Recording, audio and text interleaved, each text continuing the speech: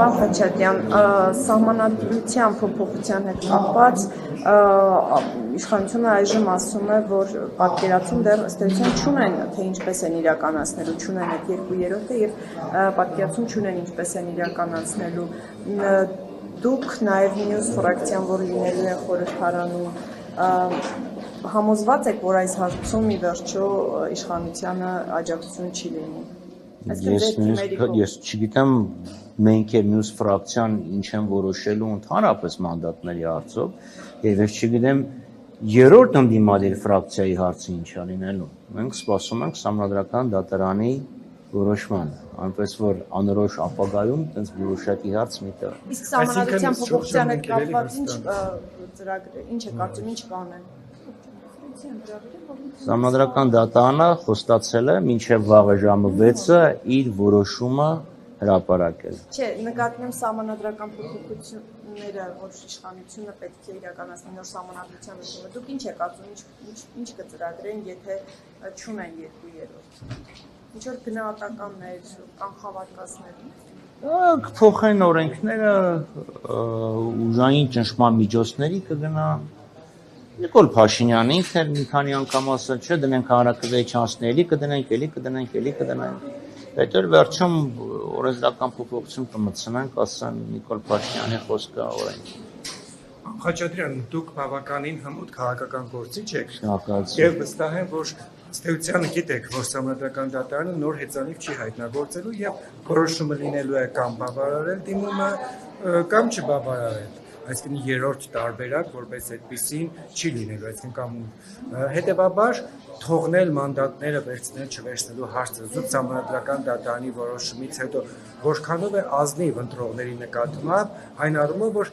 կա երկու տարբերակ եւ այդ երկու տարբերակները հաշվի առնելով պետք է տեղի ունենան քննարկումներ, այսինքն ինչ է կանում, եթե Սահմանադրական դատարանը այս որոշում կայացնի եւ ինչ է կանում, եթե Սահմանադրական դատարանը, այսինքն հիմա քննարկումներ Ռոբերտ Քոչարյանի գլխավորությամբ մանդատները վերցնել չվերցնելու առումով ընդհանրապես եղել է թե չի եղել։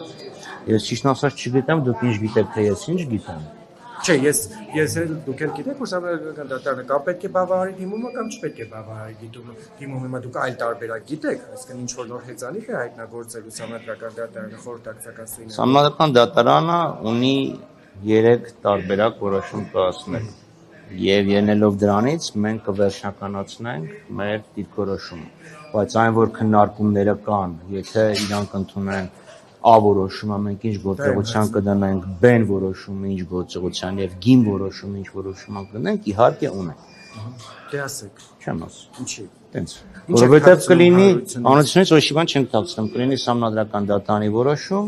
կլինի քննարկում, կտեղեկացնենք։ Տեսեք, ես նաև հիշում եմ, որ Աղվան Վարդանյանը հարցազրույցներից մեկում ասել էր, որ եթե Նիկոլ Փաշինյանը լինի վարչապետ, ինքը որպես падգամավոր ընդդիմադիր չի գա խորհրդարան։ Արդեն հստակեցվել, վերջնականացվել է այդ։ Ես պարոն Վարդանյանի հետ այդ հարցը չեմ քննարկել, բայց ինքը շատ